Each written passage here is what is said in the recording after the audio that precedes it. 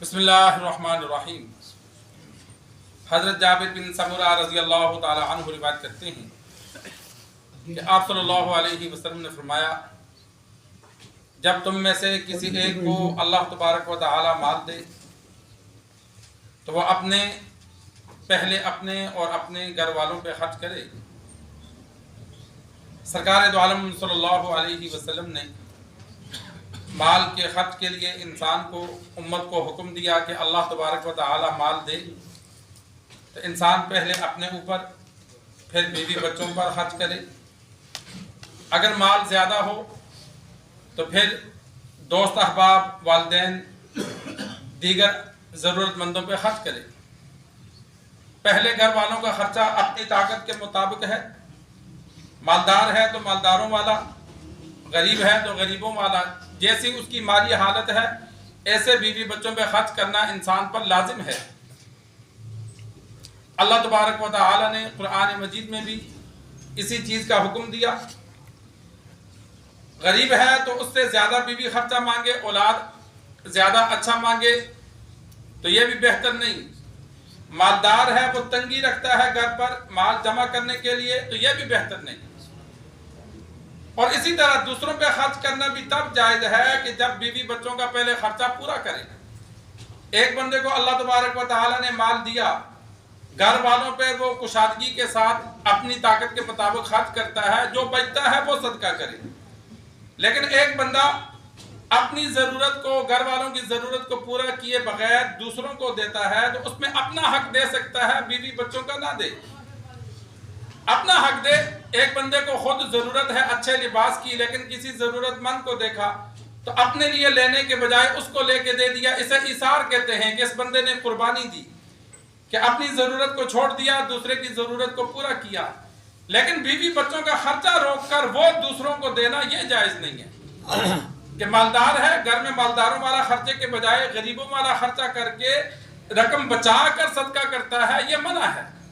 ہاں، بیوی بچے اجازت دیں، صبر والے ہوں، پھر صدقہ کر سکتا ہے۔ صحابہ میں سے آپ صلی اللہ علیہ وسلم نے ہر صحابی کو تمام مال صدقہ کرنے سے منع کیا۔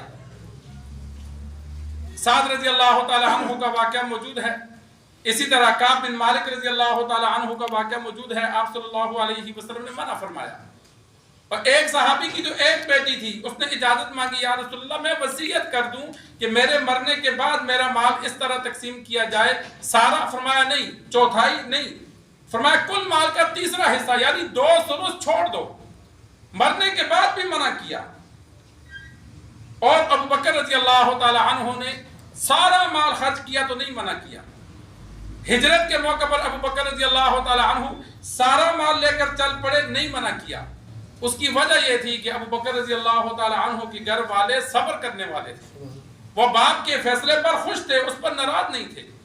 واقعات میں موجود ہے کہ ابو بکر رضی اللہ تعالی عنہ کے والد نے گھر والوں سے کہا، نبینا تھے، کہ لگتا ہے ابو بکر سب لے گیا۔ تو بچیوں نے چھوٹے چھوٹے پتھر جمع کر کے جہاں درہم دنانیر رکھے جاتے تھے وہاں تھیلی میں رکھے اور دادا کو لا کے وہاں ہاتھ پھرایا، یہ دیکھو ابو ہمارے لیے مال چھوڑ کے گیا ہے۔ تو جن کے بیوی بچے ایسے صبر والے ہوں، اور ایسا امت میں ہوتا نہیں ہے کہ دوپہر کو بھوکا رہے اور مانگے نہ، یا باپ کی طرف، ماں باپ کی طرف للچائی نظروں سے نہ دیکھے، ایسی اولاد سوائے ابو بکر کے اللہ نے کسی کو نہیں دی۔ اسی لیے آپ صلی اللہ علیہ وسلم نے باقی صحابہ کو سارا مال خرچ کرنے سے منع کیا۔ تو اس وجہ سے انسان پہلے اپنی ضرورت اور گھر والوں کی ضرورت کا خیال رکھے، پھر جو مال زائد ہو تو وہ انسان دوست احباب میں جو ضرورت مند ہیں ان کا بھی خیال کرے۔ تو سرکار دو عالم صلی اللہ علیہ وسلم نے فرمایا، اللہ مال دے تو ابتدا انسان اپنے سے کرے۔ انسان کے نارمل حالات چل رہے تھے، اللہ نے کمیٹی نکال دی۔ اب کمیٹی جب نکلتی ہے تو بعض مرتبہ 2 لاکھ، 6 لاکھ، 8 لاکھ یکمشت انسان کو رقم ملتی ہے۔ تو اگر یکمشت رقم ملی ہے تو اپنی ضرورت پہلے پوری کرے، پھر بیوی بچوں کی جو ضروریات ہیں ان کو دیکھے، اس کے بعد رقم کو کسی اور جگہ لگائے۔ یہ نہیں کہ باہر ہی تقسیم کر کے گھر جائے۔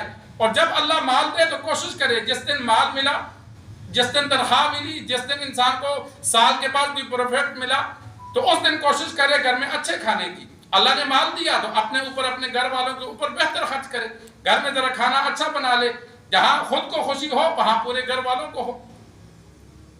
اللہ سے دعا ہے اللہ ہمیں دین سیکھ کر سمجھ کر عمل کرنے کی توفیق عطا فرمائے.